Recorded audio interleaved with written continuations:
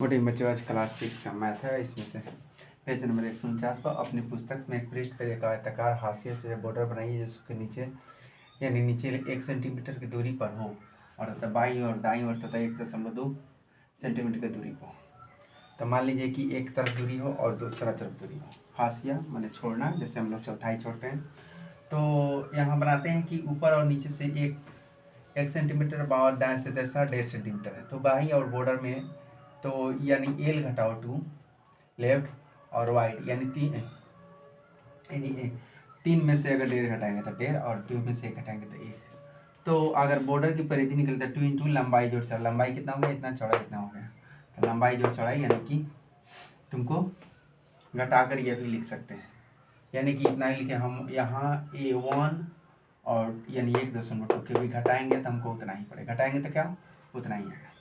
दूसरा प्रश्न है कि 12 इकाई तथा 8 इकाइयाँ, जैसे इकाई का मतलब खंड, चौकोट को जो खंड वाला होता है उसी इकाई।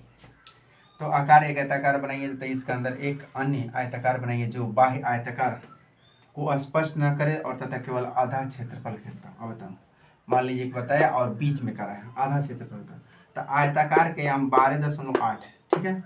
तो आयताकार क्षेत्रफल यानी 12 से 12 और 8 में से गुणे का 12 यानी 96 वर्ग क्या आएगा।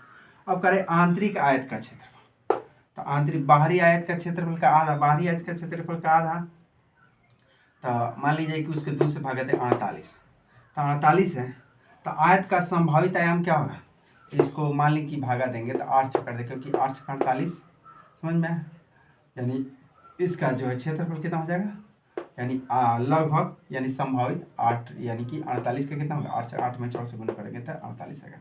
समझ में आएगा। इसका क्षेत्रफल का जितना है 96 का आधा, आधा का अगर लंबाई इतना चौड़ाई इतना कर देंगे, ठीक है। तो आगे है कि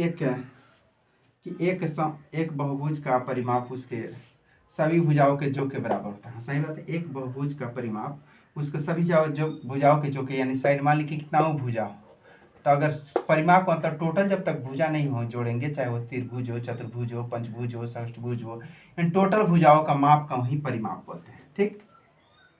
आगे है कि एक आयत का परिमाप, तो आयत का फॉर्मूला 2 इंटू लंबाई जोड़ चौड़ाई, क्या होता है 2 इंटू लंबाई जोड़ चौड़ाई। तीसरा वर्ग का परिमाप, तो वर्ग का परिमाप क्या होता है 4 गुना 1 भुजा, क्या होता है 4 गुना 1 भुजा। आयत का क्षेत्रफल लंबाई गुना चौड़ाई, क्या होता है लंबाई गुना चौड़ाई। वर्ग का क्षेत्रफल भुजा स्क्वायर यानी उसका भुजा स्क्वायर के वर्ग में चारों भुजा बराबर होते हैं, आयत में आमने सामने की भुजा बराबर होती है। थैंक यू बच्चों।